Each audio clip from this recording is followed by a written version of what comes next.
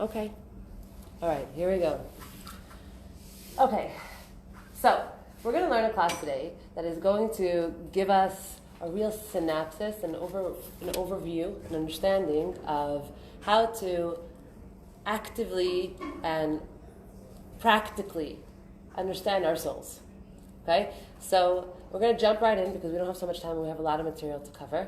And I really want to give you a real clear, by the time you do this class in about 40 minutes, I want to give you a real clear view, a vantage point as to what's going on inside of you. Okay, I just want you to know that this class, what we're doing right now, it can span over a year's time because there are so many pieces to our soul. There's so many pieces to what makes me feel. You know how sometimes you have an interaction with someone else and you walk away and you have a stomach ache? And you don't know, like, you're like, okay, I'm gassy, or I'm like, something's bothering me, but like 5 seconds ago nothing was bothering me, but all of a sudden after that interaction, you feel like you have some neck pain, or shoulder pain, or you don't feel good, or you feel like you want to cry, and nothing really happened. Like, what's wrong with me? Nothing really happened. Like, they didn't really say anything, right? And there's like these things that bring out either physical pain, emotional pain, and you can't really put your finger on it as to what's going on, right? And a person can go their whole life, a person can go their entire life being completely not in touch with themselves, really having no idea who they are, what's going on inside, what their language is, what the conversation is up here, where they're suffering, where they're hurting, the reason for that, how they would be able to heal this. If they would just heal this, then so many other things would fall into place. People don't know the language of themselves. And that's when people go to things for distractions, like other people to love them, to give them attention, drugs, distractions, all different things in order to be able, because they need the distraction from self. Because the self is like a mess. The self, I don't know why I self-sabotage. I don't know why I am self-destructive in many ways. I don't know why I deflect, project. I don't know why I push people away and bring other people close when these people that I bring close are not healthy for me, and these people that I push away maybe perhaps are. Right? We do all these things over the course of our lives, and we don't really understand where it's coming from. So this class we can learn it for a year, because it really is the building blocks of the internal programming of ourselves, called the nefesh, called the neshama. Okay, you're going to call it whatever you want to call it, but there's different terms to this internal programming. Now, just like when you learn anything, just like when you learn how to drive a car, then when you learn how to drive a car, then you understand that, like, okay, so at first you get all awkward when you're sitting there for the first time. You're like, okay, steering wheel, gears, pedals, rear view mirror, like you're all having to understand a bunch of different things going on at the same time, and it's really awkward. How many of you have gotten your driver's license and then smashed into cars? I have, many times. Okay? I remember the first year after I got my driver's license, I was a mess. I couldn't, and I'm usually good at these things. I'm usually okay, but I was a mess because I couldn't, I got confused. I was getting confused between the gears, I was getting confused between the pedals, I was getting oh wait, stop sign, oh wait, this thing. There was a lot going on for me, for my senses, until what happened, until I did it for long enough, like riding a bike, you do it for long enough, and then you don't even have to think about it. At this point, I can change the stations, I can drink my coffee, I can even whatever, I can even sew if I want to, and then my knees are driving the car. My kids are always like, Ema, drive with your knees again. I'm like, no, we can't tell anyone about that. Right, so, but that was when I was 15 and taking my parents' car without permission and doing crazy things like that, because I really didn't know how to maneuver this thing. After a while, you get an understanding of it. Just like with anything in life, at first it's awkward, at first you're scared, at first it's outside of your comfort zone, at first it's I don't know how to do this, I don't know if I'm going to be good at this, and all the fears come in, and all the question marks come in, or what's the point, or I might get rejected, and then after you try it, or after you learn it, after you get good at it, all of a sudden it's a part of you. It's a no-brainer. It's a part of you, it's something that you do, it's something that's not a big deal. Like in the beginning when I first started baking challah, to me it was challah was larger than life. I could do anything better than bake challah. Don't tell me to bake. I never saw anyone bake challah. Challah to me was you have to really be an artist to bake challah. Today, baking challah to me is 3 hours before Shabbos, we start baking challah. And it's it's a nothing. It's not even, I don't even have to think about it. It all goes automatic. Why? What happened? Where did the change happen? Where did it happen? Answer. After you practiced it. Good. So you do and do and do and do and do, and then it becomes a part of you. That's life. Okay? So understanding number one is that the movement from point A to point B requires a shift, right? It requires a push, it requires a shift. You have to move out of your comfort zone because it's not within your comfort zone. What's a comfort zone? A zone in which you are comfortable doing the things you are comfortable. You are good at doing the things you are doing. It doesn't require so much thought, effort, energy. It doesn't require so much vulnerability, fear. It's like I know how to do it. It's automatic, right? The difference between moving from here to there, it all has to do with putting yourself in the act of motion. Motion in this direction. With anything. A kid that wants to learn how to ride a bike, right? What happens to them? They want to learn how to ride a bike. They're scared they're going to fall. They're scared they're going to get hurt. They're so scared they're going to fall and get hurt. But what happens after a while? They move into the place of motion in that direction of learning how to ride the bike. And after a bit, they just it becomes a part. This bike turned into something that is now a part of their comfort zone. It's now part of something that they know how to do, and it's natural for them, and it's not awkward, and it's not anything. Okay? What we're learning today, what we're going to go into not so deeply, really, really not so deeply. We're going to get the tip of the iceberg of this, but it's better than nothing.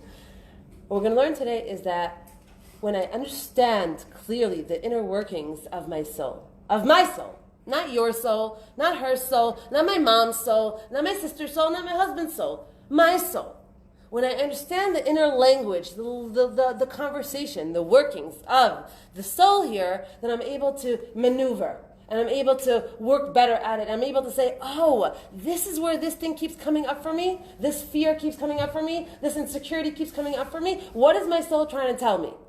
Because up until now, whenever I felt like I was out of control, or whenever I felt like I had to be a little vulnerable, or whenever I felt like insecure, or whenever I always would run away, right? My knee-jerk reaction would be, oh my gosh, this thing is something that I'm so afraid of, because whatever it is that happened to you, whether you were a kid and it happened to you, that you got afraid of it and you just stayed away from it, like, you just stayed away because you like fire, you just stayed away because you touched fire when you were a kid and then you got burnt and you were like, that's it, I'm not touching this again, I had a bad experience, right?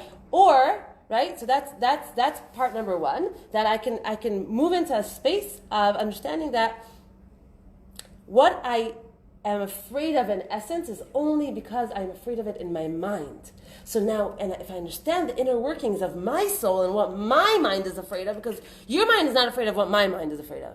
And my mind is not afraid of what your mind is afraid of. And in essence, all that holds us back in life and that doesn't allow us to be happy. Because a person is fully happy when they are fully themselves and where they are living their potential and when they feel like they're living in themselves. They are living themselves. When is a pen, can I borrow your pen for a second? When is this thing good? When would you consider this thing, oh, it's a good pen? When it does what it's meant to do. It could be a stunning pen that costs $1,000. But if it's not doing its job, the job that it was created to do, it stinks. It's a bad pen. It's a pretty face. But it's not doing what it's meant to do. That's when something is happy. When is a person happy? A person is happy when they are living themselves. When they are hearing themselves, understanding themselves, listening to themselves, processing themselves, getting themselves. That's when a person is able to be happy and living from that place. Knowing how to gauge. Right? What the problem in today's society is that there's a certain norm. In today's society, there's a certain norm of money, looks, prestige, success, relationships, all of that, social standing, all of that, right? And then everyone's trying to become that in their way. Everyone's trying to be this thing in their way. And why do people get so depressed, especially teenagers today, bless you? Why are teenagers depressed? A lot of people are depressed and people are feeling not secure in themselves and don't love themselves and have so many issues, so many medications and drugs and distractions and self-destructive behaviors and patterns. Why are people there? Because that is right and I am wrong. That is the ideal and I am being that. Because that's right. A person that sees life that way, a person that experiences, there's no one to blame for that because we are constantly bombarded by this is beautiful and this is ugly. This is success and this is failure. That's how we're programmed to think in today's world. So you have eighth graders hanging themselves. And it's not uncommon. And you have ninth graders shooting down schools. So you could say, okay, so that's just a person that's just like out of their mind. It's just like a person that's really, really sick. But sickness starts somewhere. And sickness, mental illness, and that's something that we're going to also be discussing today, the concept of mental illness and the levels of mental illness are first and foremost originated in a person's soul. That's where all the conversation happens, not in the body. The body is what the Torah calls something that is not alive. The body is not alive. The body is flesh and bones. Flesh and bones. What gives the body life, what gives the body character, personality, a life, is the soul that's in that body.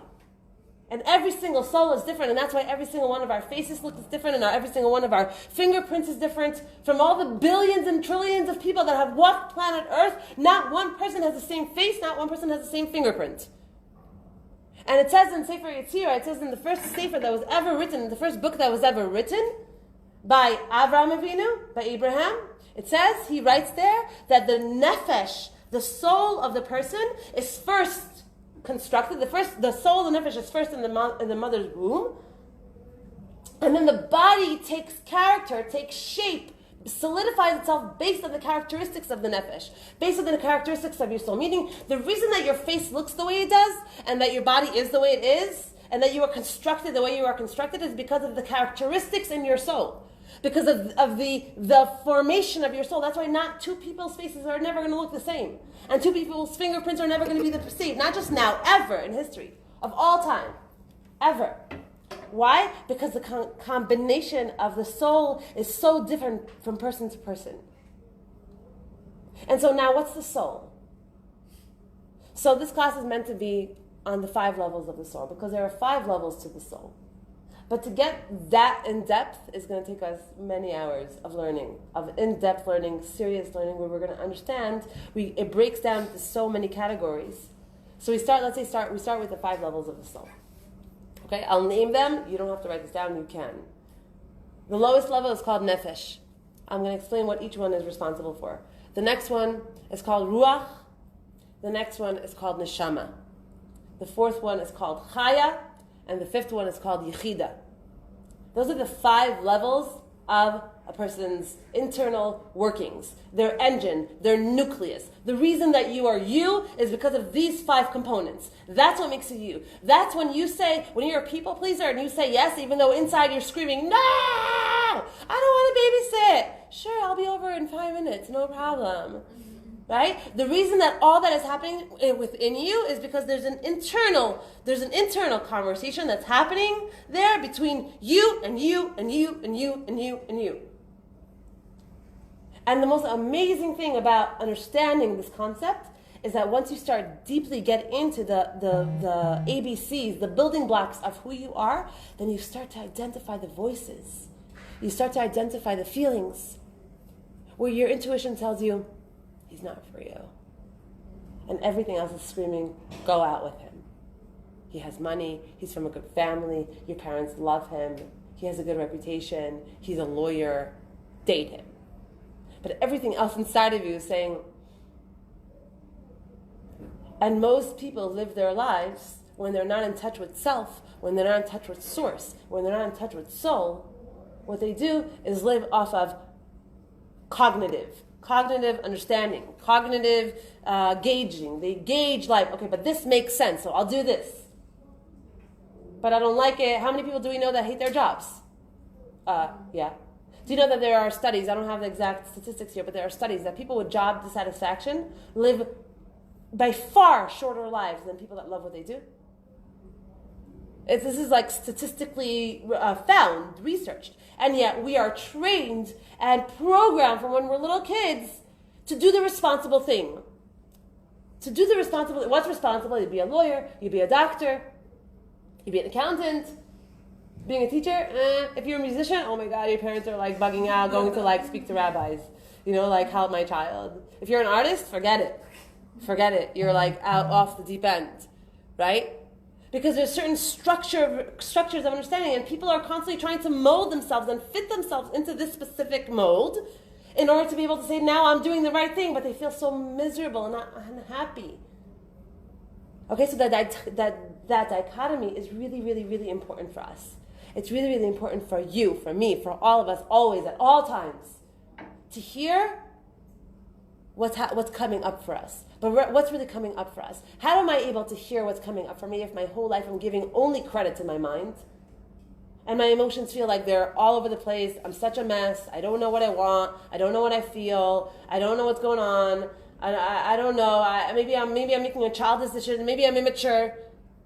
Maybe I'm like spending the summer in Israel where I should really be spending the summer getting more credits and finishing up my thing. Like, what's more responsible?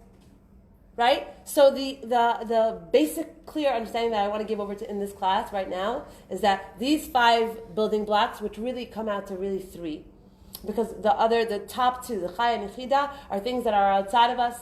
They're things that we are connected to energetically and spiritually that are not within us. They're not in our lives. They're things that there are 5 worlds, just like there are 5 worlds, there are 5 levels of the soul. This is all Zohar, this is all Kabbalah.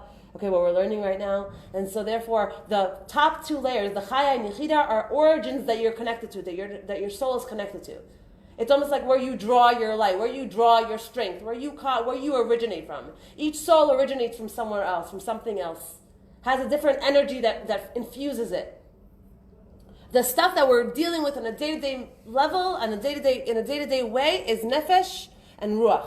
That's where we are, the bottom 2. Nefesh and ruach. If we can get those 2 working in our favor, we're good. We're good. Okay, so let's understand what the nefesh is. The nefesh is literally what is the life force within you. It's what picks up my arm right now. Okay? It's imagine that the goof, the body, is this shawl that I'm wearing right now. Okay? When I'm wearing it, it's moving. It's up, it's down, it's moving around. If I were to take it off and drop it on the chair, it's nothing. It's just lying dormant on the chair.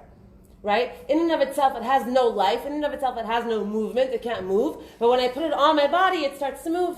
And it starts to take form in a certain way. And that's exactly how it works with our body and our soul. Our body is like this cloth. And once the soul is inside of our body, once you have this engine that's put inside of you, this spiritual engine, all of a sudden you have a voice, you have thoughts, you have feelings, you have desires, you have aspirations, you have wants, you have, right? That's the neshama. That's the soul. The part of you that you want X and I want Y. The reason that you want X is because that's where you come from. That's where you're connected to. That thing speaks to you.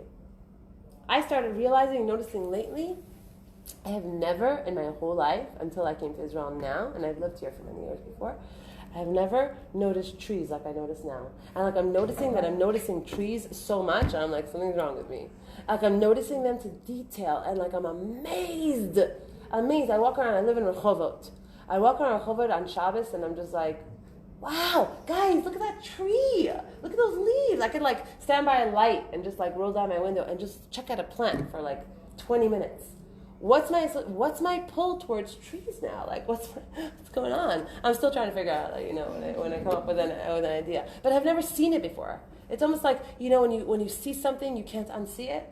I've never seen it before. I grew up my whole life. I'm 36 years old. I grew up my whole life around vegetation and plants and trees and grass and things, and I never noticed. I never saw it. And all of a sudden, I see it. Not just see it. I see it. Almost like I'm on drugs. See it.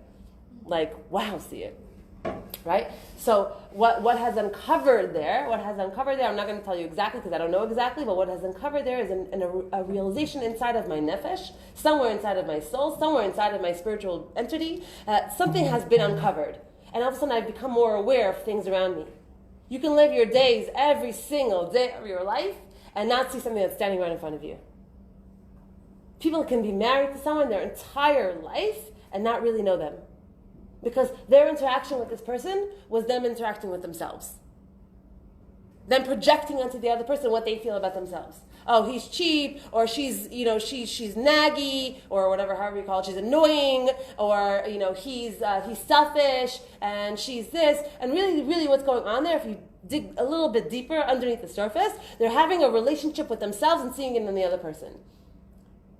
That's something that's called the crystal eye. That's something that's called the Ayin Shlishit, the third eye, and that's a vision that when you become aware all of a sudden of something you've never seen before or felt before, or you've become aware of it, all of a sudden something has been revealed to you that was always there inside of you.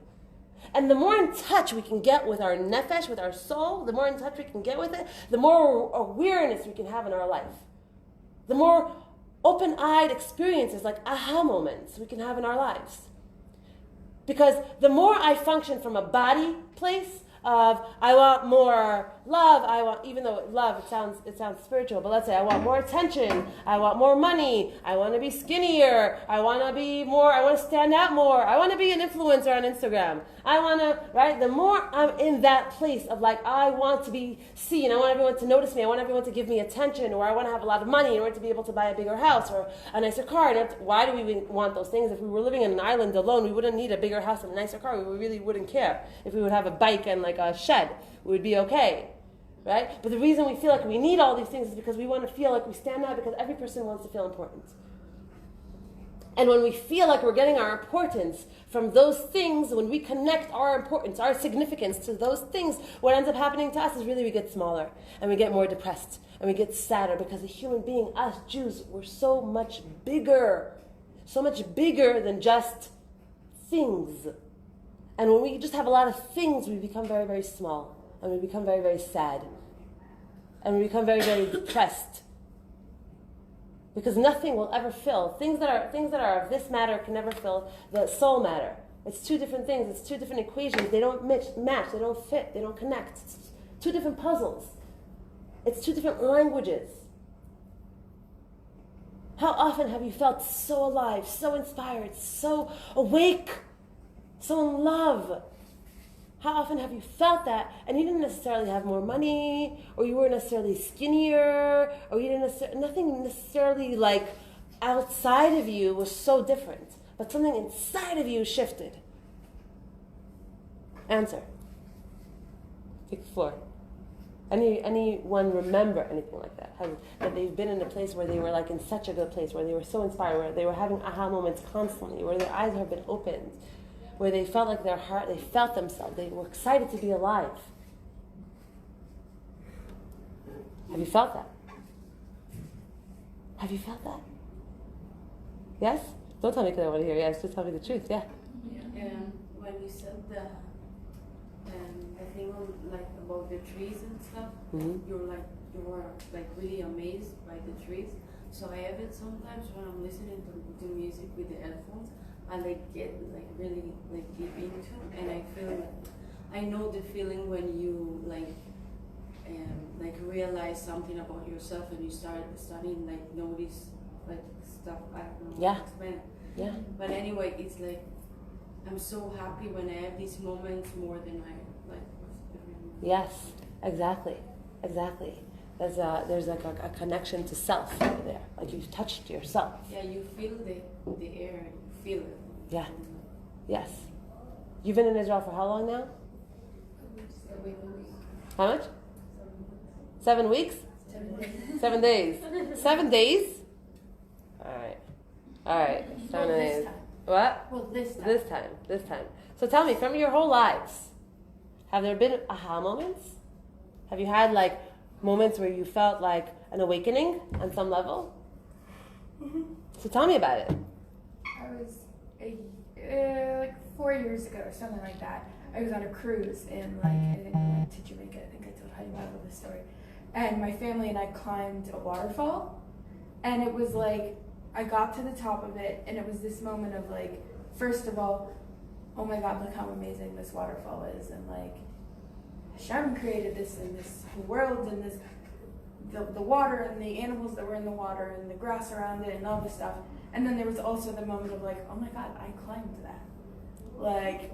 I didn't think I was going to be able to at the beginning, but I climbed this amazing Good. thing. What was that feeling? Identify the feeling.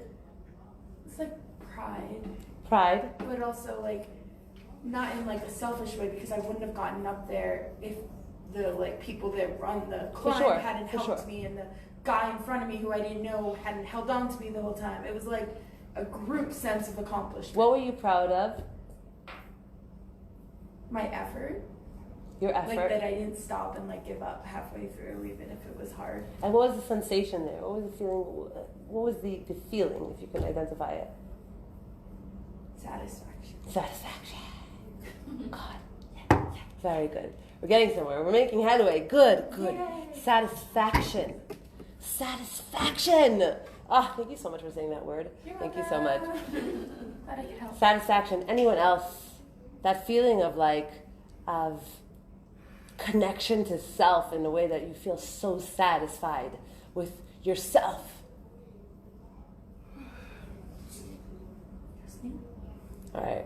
I got lots of examples, but like I can't think of anything specific. But like just the idea of after like a day that's like a bad day or like a day that's kind of just like coasting through and questioning a lot of things, and then the next day it always kind of happens like this. The next day is like really sunny outside, and I happen to be like downtown and out and about, and I'm walking the streets, and I feel very like present and open, and I'm not thinking internally. I'm very external. I'm looking around, and I'm very present with the world. So I just feel more, I guess present is the word, but like I feel connected. Connected to what?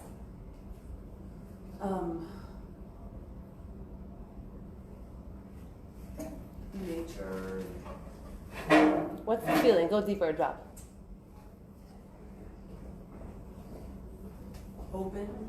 Open. Good. So when you're not in that, and then take it to the day behind, the day before where you felt not opened, you felt stuck, right? What were the feelings the day before? Lonely. Very like closed off. Closed. What's the knee-jerk reaction when you're feeling that way? What do you want to do? Where do you want to go? Sleep. Isolation? Isolation. People are calling you. Do you want to block them? Mm-hmm. The next day, you have a feeling of open. And when you feel open, what are the feelings that come with open? You said open and connected. Free and present. Safe. Exactly. At peace. Good. We can get into like how that shifts happen to you so quickly and why it goes in that direction, in that way, in that pattern. There's a reason for that. But that feeling that you felt, going from one extreme to the next extreme, this is the me when I'm disconnected from soul. The me that's disconnected from soul is the me that then gets infiltrated with negative thinking, with harsh thoughts, harsh, dark thoughts. And the result of that is always isolation, hibernation, detach, sad, lonely, hurt, blaming, jealousy. All the stuff comes out from the nefesh, okay? From this baseline life force that we have inside of us. All that comes out. And really, really, really, in essence, what's your name again? Rihanna. Rihanna. Say it again. Rihanna. Okay. Rihanna, all she really, really, really is, in essence, her true self is what she felt the next day. And that's why she felt so good. Because when you come to that place of satisfaction, from that place of like feeling satisfied with life, with yourself, with just the day, being present, being connected, that is soul feelings. Those are soul feelings. That is really, really you. That is really yourself inside saying, hi. But what blocks the self, and what abuses the self, and what knocks the self, and what breaks the self, what breaks the self and knocks the self is all the other side. The other side that comes up for us, which is what? Which is the dark, negative thinking and emotions that put us in our place, or that shut us down, or that put us in the corner. And then we feel like that. That's how we feel. And then we feel not ourselves, and we don't feel ourselves. That's what happens. When you don't feel yourself, when you don't feel good in yourself, you got to know, when you're not feeling yourself, you got to know that in that moment, you have lost communication with soul. You have lost communication with self. You have allowed the darkness to infiltrate, to come in, and then soul, self, you the stuff inside of you that makes you, your personality, your character, your uniqueness, why your face is different from the next person, that has been put to bed right now by the other voices, by the other forces, by the other energies. Hang on one second, this thing is breaking. You're saying that like your soul is all good. Your soul is all good, my friend. Your soul is all good. You are all good. You are all completely good and love. And that is the world, that is the war of the worlds that we're constantly dealing with. We're constantly fighting. That's where we are all the time. Now again, if I had at least 4 or 5 classes with you, I would skip what I'm about to tell you and go deeper into what we're saying right now. Because what we're saying right now, just stay still, please. Hang on. Can someone buy me a tripod? This tripod. Just hold it. Who wants to hold it for me? I can do it. I can swing your thighs. What's that? Okay.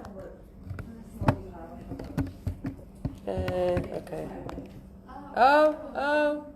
Okay. We're not moving. Okay. I want to get to, I don't want to get to what I'm about to tell you. I really don't. I would want to get to it in like 4 classes. But being that we have another 20 minutes, I'm going to get to what I want to tell you and see if you could piece the pieces together, because this concept is so fundamental and monumental. I have literally based my entire life off of this idea, this learning. I have only come out of my own self-imprisonment just because of these concepts and this understanding. And I have begged and I have cried and I have pleaded with the one above to open my eyes, to open the door for me. To open the doors for me. Because so many years and so many experiences and so many understandings is from when you're a little kid that you are X and you are not Y. You are X and you are not Y. You are X and you can't do Y. Y is not for you. Y is outside of you. This is what you know how to do. This is what you're good at. This is what you're going to spend your life doing. This is how you act. This is what you eat. This is where you go. These are the people that you communicate with. This is your life. This is your script. And when you live like that, when you live like you have a script and you're not happy with this script, you don't want this script. You feel like you want more. You feel like you want beyond. You feel like you want to experience other. You want to like live life.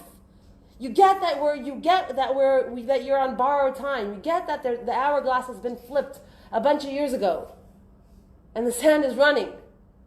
And there's this discomfort, and the discomfort that comes out in many ways with people that feel like they don't have any power, people that feel like they are stuck in this script, they are stuck in this loop. The discomfort comes out in depression and sadness because I don't have any power to change the situation. I'm hopeless. I give up. So this is my life. But the engine inside and the voices inside and the feelings inside say no. And that's where the discomfort comes from. The discomfort comes from I've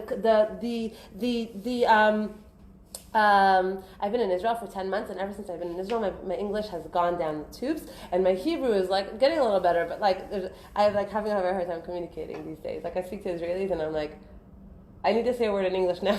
And then I speak to Americans and I'm like, do you understand any Hebrew? It's become like Hebrewish. But basically the whole idea of what we're understanding here about ourselves is that once I'm able to be in touch with myself, once I'm able to understand the language within myself, even though I don't know how to get there, even though I don't know how to do it, even though it's completely not my script, even though it doesn't make any sense for me, but once I'm able to hear what works for me. And how do I hear what works for me? What gives me real satisfaction. When you feel real satisfaction, there's like a bright light shining in your life right there. Pay attention to what makes you feel satisfied. Pay attention to what makes you feel alive. Pay attention to what gives you that high feeling inside of yourself of, this is what I love. I feel good here. I feel good in this space. I feel good in this place.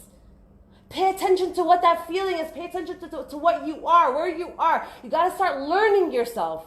You have to stop punishing yourself. You have to start learning the language of yourself. Go after what makes you feel good. Not makes you feel good like ice cream. Makes you feel good like sitting on the beach. Now what makes you feel good like that? I'm talking about what makes you feel good. That feeling when she was on top of that mountain. When she was looking at that waterfall. That feeling of I did it. That feeling of, I did it. That's the feeling of, I feel powerful. When a person feels helpless, powerless, they feel like they can't change their lives. Then in that place, then they're always looking to escape. And they're always looking to distract. And when they're escaping and distracting, they feel even worse. So the party is over, and the drug has worn off, and the guy has left, and the experience is done. And I'm stuck with myself again. Now the pit is even darker and bigger. Because I still have no idea who I am and what makes me go. What makes me feel alive. What makes this organism work. Like the pen. What makes the pen good? The fact that it does what it's meant to do. That it does what it was created to do. What its mission was. When I'm living my life completely detached from my mission, then I will feel lethargic, sad, depressed, lonely, isolating. Isolate myself from other people, from other experiences, not believe in myself, not go for things, not take risks. That's the language. It's very, very, very, very, very superficial what we're learning right now, and that's why it's even hard for me a little bit to get into this whole thing, because it's such an understanding. It's such a real, like, when you understand it, we go into the nitty-gritties of how you know the building blocks of your specific nefesh. Every person's nefesh, this is maybe like a teaser for next time, every person's nefesh is comprised of 4 pieces.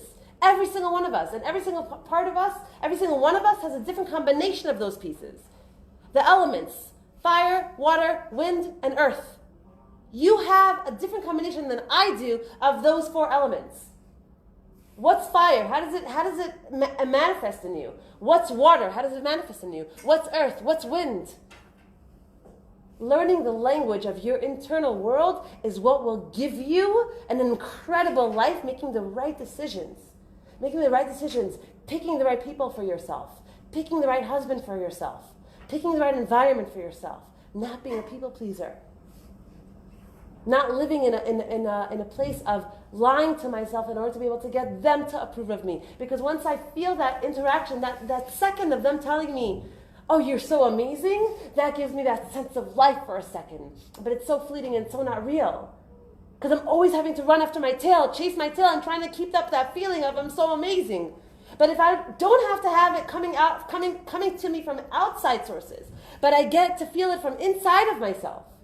I get to feel that I'm attached, connected, love myself, know my language, know how to interact here. Well, this doesn't feel right for me, so I'm not going to do it. But everyone's doing it, but I'm not going to do it because it doesn't feel right for me. And instead, this feels right for me. And I'm going to go with that, even if this is harder. Right now, everyone's sitting on the couch, whatever, doing a movie night. And right now, I know that my soul, my nefesh, it needs to go to the gym. Because when I leave the gym, I have that sense of satisfaction. I have that sense of power. I have that sense of excitement, that life. I feel alive. After I get into that first 20 minutes of my jog, and then all of a sudden I'm like, I feel euphoric. I feel I feel alive. Even though it's more comfortable for me to sit on the couch with a bag of potato chips. But that feeling, there's nothing, I have to go after that feeling, because that feeling is getting in touch with me. Getting in touch with soul, getting in touch with self, getting in touch with source. And the more I'm able to get in touch with those feelings over and over and over and over and over again, based on the decisions that I make, the more I'm either to the right or to the left of myself. Very simple. You want to know how you feel? Look at where you are right now in your life. You want to know what your decisions are coming from? Look at how you feel in your life. If the majority of you feels unfulfilled, unhappy, alone, like no one understands them, overwhelmed, not clear about themselves even, or what they want, you have to know that you've been giving a lot of energy to the very, very base elementary part of you, which is the nefesh. And what the nefesh wants is comforts. The nefesh is the lowest level of the soul, and all it wants is comfortable. It wants comfort. It wants nofesh. Nofesh means vacation. The nefesh wants nofesh. The nefesh wants to chill. The nefesh wants to sit on the couch with bonbons and watch TV all night. The nefesh is the child. What does the child do? It doesn't want to brush its teeth. It doesn't want to go to the dentist. It doesn't want to wake up early, and it doesn't want to go to sleep on time. It doesn't want to eat healthy food. It doesn't want to do what it's meant to do. It wants to run wild, free, do what it wants, and not have any boundaries. Boundaries are what gives us me, the me inside, the me that separates me from you, and the you that separates you from me and from anyone else in the world. The thing that makes you so unique, so powerful. A powerhouse. The nefesh inside, the you inside needs boundaries. If you don't pull yourself off that couch and do the thing that you know makes you feel satisfied, climb that mountain. Push yourself out that door. Go on that treadmill. Go help somebody, go to a soup kitchen and feed homeless people. Even though it's not comfortable for you right now. But the feeling that you walk away with, feeling the satisfaction, the connection to self, that is you. And that will only be touched, tasted, experienced by us when we put boundaries in place. And what are the boundaries? Boundaries is ruach. That's the next level of the neshama, next level of our soul. It's called ruach. Ruach is the voice that tells you, let's take an example. You're sitting on the couch and your mom asks you to take your small sister to the park. And you're just like, no. Come on, help me, please. Take your younger sister to the park. She's making me crazy. And you're like, just about to chill on the couch and watch TV and hang out. So there's a conversation going on in your mind at that time. You don't realize it, you don't feel it, you don't see it. Maybe you do. Some of us do. Maybe most of us don't. Okay? What's the conversation that's going on in our minds? The first gut reaction that comes up is the nefesh that says, no, I'm not moving right now, I'm sorry. Okay? The ruach is going to come to the nefesh and it's going to say, okay, but you need a reason. You need a reason.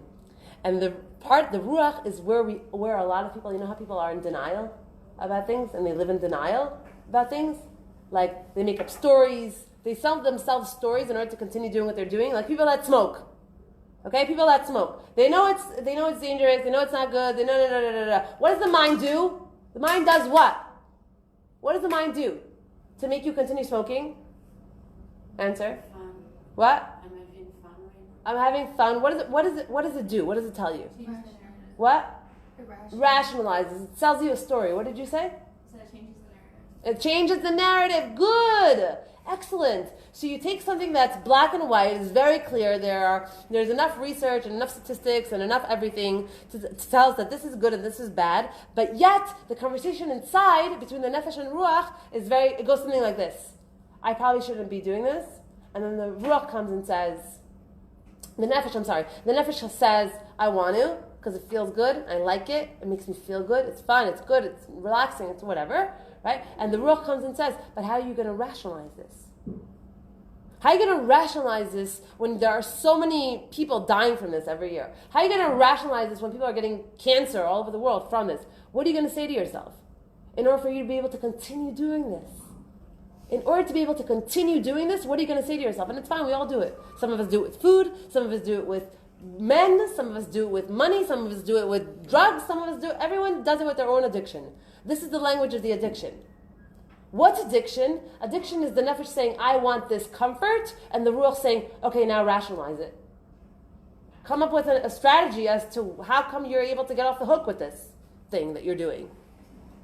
So the ruach comes and says, okay, so the only reason I'm not getting off the couch right now to help mom is because last time I needed her, she didn't help me. So now I have legitimacy. Now there's legitimacy to staying on the couch. Last time I asked mom to come pick me up, she didn't. It's an internal conversation. It's back in the back of the head. It's in the subconscious. But the ruach wants us to move. Ruach, movement. Ruach is emotion. That's why it's emotion. The whole concept of movement. The nefesh is stay in one place. Stay. Don't move. Be a potato couch. A couch potato. I told you. It's all mixed up in there. Potato couch is better. Just be a potato couch. Alright? Be a couch potato. Don't move. How often do we sit on our phones and get stuck there for hours? And I know I have like a million things to do. And I'm not even looking at anything. I'm not looking at anything. There's nothing intriguing. And I'm sucked. What's sucking me in? What's sucking me in is the nefesh not wanting to move. The nefesh is the part of us that the blood, hadam hu nefesh. The blood in our veins is where our nefesh is lodged. Our nefesh is the life force inside of us. The nefesh wants comforts. The nefesh wants to stay still. The nefesh wants honor. The nefesh wants respect. The nefesh wants comforts. The nefesh wants to be seen, cared for. That's the nefesh. Me. That's the language of the nefesh. The language of the nefesh is I, me, the id, the ego. That's the nefesh. Our entire battle in our life is learning how to appoint our higher faculties, our spiritual faculties, our ruach and our neshama, the other levels of our soul, over the voice of the nefesh. And the voice of the nefesh today is the loudest voice in the world. The whole world is living nefesh. The whole world is living me and my needs and what I need and what I want. Excuse me? You didn't invite me to your bar mitzvah? Your son's bar mitzvah? So you are definitely not coming to my daughter's wedding. That is the nefesh. That is the voice of the ego. And as long as we are an ego, we are detached from ourselves. As long as we are in the nefesh realm, we are detached, and the feelings that come up for us are not feelings of satisfaction. The feelings that come up for us when we are in the place of nefesh are feelings of disconnection, dissatisfaction, unhappiness, isolation, loneliness. So the more ego we play, the more we isolate ourselves from ourselves. And the more isolated I am from myself, the more depressed I get, and the sadder I get. And then when we get sad, what do? We want to feel better. So then we take things, and then we drink things, and then we go with people that are not on our level and don't serve us. And then we do things that are not serving us in our life. And then the hole gets bigger and darker. The idea is, and with this we're going to end, the idea is to go after the boundaries that allow you to move into a place of motion that will bring you to getting to where you want to get to. Just like we said in the beginning. The idea of moving from one place to the next, moving from not knowing how to ride a bike to knowing how to ride a bike, will require you to come out of comfort zone, to get on the bike, to possibly get injured, to possibly get hurt, do it over and over and over and over and over again, and then moves into a place of, this has now become part of my life. This has now become a part of me. And the feeling that comes with it, that I have moved from not knowing to knowing, from not doing to doing, from not being in myself, in my zone, to now being in my zone, the feeling comes up with it is satisfaction. Because the me, the inside, not the shirt, the engine, the nucleus, who I am inside, wants to accomplish, become, produce, evolve, live, but not just to fit the mold of the outside world, to become that lawyer, to become that doctor, to become that thing because I need to get that credit from the world and the world seeing how successful I am, so now I'm worthwhile in the eyes of other people. No. The compass needs to be an internal compass. Got to listen to itself. Where does self feel best? Satisfied, wonderful. Follow those feelings. Not the fleeting wonderful, not the fleeting satisfied. Those are not real. Those are sparks. The Zohar says it's almost like it's called a rishimu. The Kabbalah talks about it as like a rishimu. Like when you see a saw, when you see an electric saw, sawing a piece of wood or metal, what flies out of it? What flies out of when the saw is cutting metal? Sparks. So the sparks come out, they're fire, and then they die down in a second. That's what Kabbalah tells us are the momentary satisfying things. The momentary satisfying things, the things that I can't say no to myself, the food, the indulging. The indulging, they give us that feeling, that momentary satisfaction of like that spark, that rishimu, that spark of like, it feels so good, and then it dies. And it doesn't just die and leave no impact. It dies and leaves ourselves, our internal selves, bigger and more gaping. The hole is more gaping. The emptiness is felt, is more felt. So the equation is simple now. It's simple to understand. It's hard to do. But the more we do it, the more we ride this bike, the better we get at it. The more we practice driving, the better we get at it. The less awkward we get, the less weird it feels. The equation is very clear. The things that come natural, easy, the things that we indulge in because they give us that good feeling for a second, that post that we put up that we got 70 likes on, that feeling that I was noticed, and then like the next day no one remembers you, right? That moment is, just remember the spark. Just remember that spark. That good feeling, just as fast as it comes, it goes. We're not after those. We're not after those. Those damage us. Those damage us in the long run. Those leave us empty in the long run. Those make us bitter in the long run. Those detach us from ourselves in the long run. We're not after those. What we're after is the ruach that says, let's put a boundary here. You're afraid to get on the bike, sweetie? Can we get over our fear and get on the bike anyway? Even if you're shaking, even if you're afraid, even if this feels awkward, even if you don't know what the heck you're doing, can we get on the bike anyway? Because I'm telling you, you're going to feel awesome afterwards. Because once you master this, you're going to feel so good. You're going to feel so free. What else did she say? What are the other adjectives that she had? So free, so present, so myself, so connected, so open. Those are the feelings we're after. That is the language of the soul. That is your language. Start to identify that and run after it like gold. Run after it like gold. Don't cheat yourself with the short-lived fun for a second, then it's over. For a night, and then it's done. Those feelings of I'm alive, that is the feeling that we're after, and it doesn't come from doing nothing. It comes from putting ourselves in a place of out of my comfort zone. Outside of my comfort zone. It doesn't feel good right now. It doesn't feel right now good. Everyone's home watching a movie. It does not feel good right now to go to the gym in the rain. It really doesn't. But I'm after the satisfying feeling at the end of it. That's what I'm after. Because the more experiences I have, tapping into myself, tapping into my soul, tapping into my real, my voice, my language, my conversation inside for real, the more long-lasting. I'm not dependent on other people liking me and giving me a good job. I'm not dependent on other people's comments. It's not dependent on how much money I have in my bank account. It's not dependent on who gives me a like and who doesn't give me a like. I don't care. You know how many people watch my videos and like saying nasty things to me? I don't care. I used to care when I was a lot less in touch. Now it's like, I don't care. So she doesn't like it. So she likes it. She skips over. I don't care. I'm doing it for the few and far in between that it does touch them and it does make a difference to them and it can help them. That's who I'm doing it for. I'm not doing it for myself. I don't make any money. My goal is to touch the few people, because when I know I touch someone in my life, then I know that feeling that I have inside of myself, and that's what I'm after. I'm a junkie for myself. I'm a junkie for myself, not for other people, what other people think of me. Because what other people think of you changes based on your status, your money, if you're married, if you're not. I was married, now I'm divorced.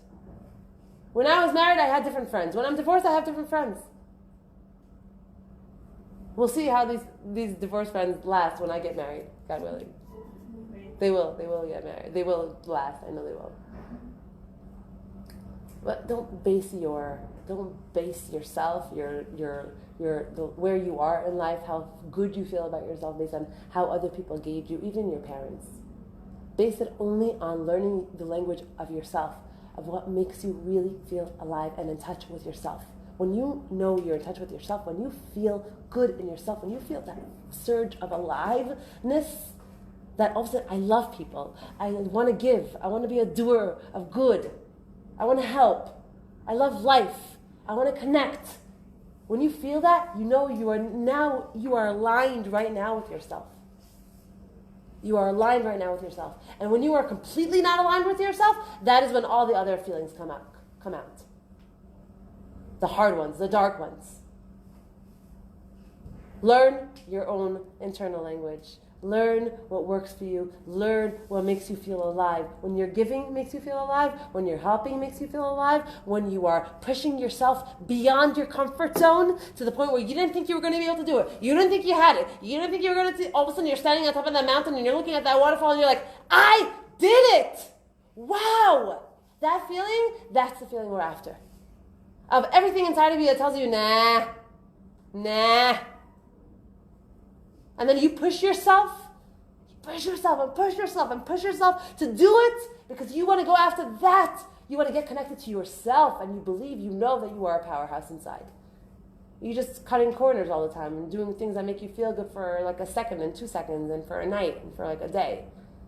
Because it feels good for like a second. But we want to go after real feel-goods. Feel-goods that last for a lifetime.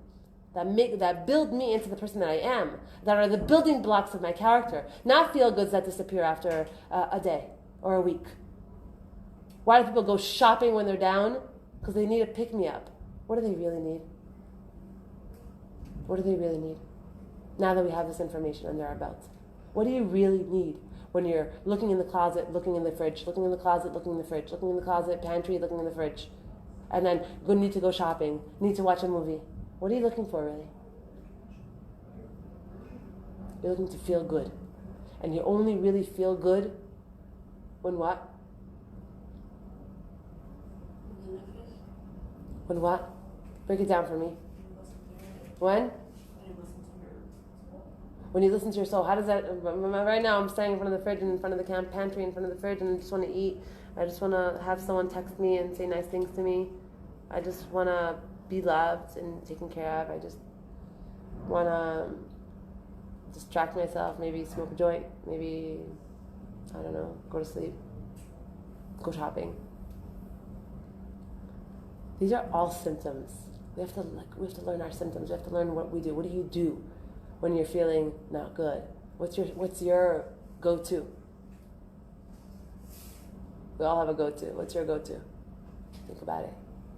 Think about your go-to. Think about where you go when you start feeling not good. In your head, where do you go? In your thoughts, where do you go? In your self-destructive thoughts. The little villain in there that tells you all these bad things about yourself and how you really can't do it. You see, you tried and you failed and you're so stupid or whatever the conversation is there. And then the stomachache starts to happen and the neck starts to hurt. Because it's all in one. We're one. Nefesh and guf, body and soul, it's one. It's interconnected. We're done? Yeah, if that's okay. Yeah, sure. I'm just going to end here. So I just want to wish you ladies an incredible experience here this time. You are in the most aware, alive, most energetic place in the world. And the more in touch you get with yourself, in that place of yourself, the more you push yourself out of your comfort zones, the more you become vulnerable and not stay in the same old, you will all of a sudden see things that you've never seen before, bless you. You're going to see things right here, in this place where you are right now. You're going to see things you've never seen before. You're going to experience things you've never experienced before. You're going to touch, taste, smell. You're going to be like, wow, aha moments all the time. It's happening all around you. But you have to become a kli, you have to become a vessel for it, and the way to become a vessel for it is to come outside of self, come outside of comfort zone, come outside of fears. Get on the bike, you don't know how to ride it. You're going to crash? Okay, but at least you tried. You have to, because your eyes will be so open and your senses will be so amazed by what you're going to experience here. So I give you a blessing that you should have all your senses open, and that you should, while you're here in Israel, when you go back home, you should really feel so connected to yourself and live from that place, from your truth, from your real self, and make incredible relationships and connections and experiences, and have an amazing, amazing, amazing experience while you're here. Thank you for listening. Thank you. You can find me if you want to find me on Facebook, or you can connect. Devorah Sisso. DevorahSisso. Any questions? Okay.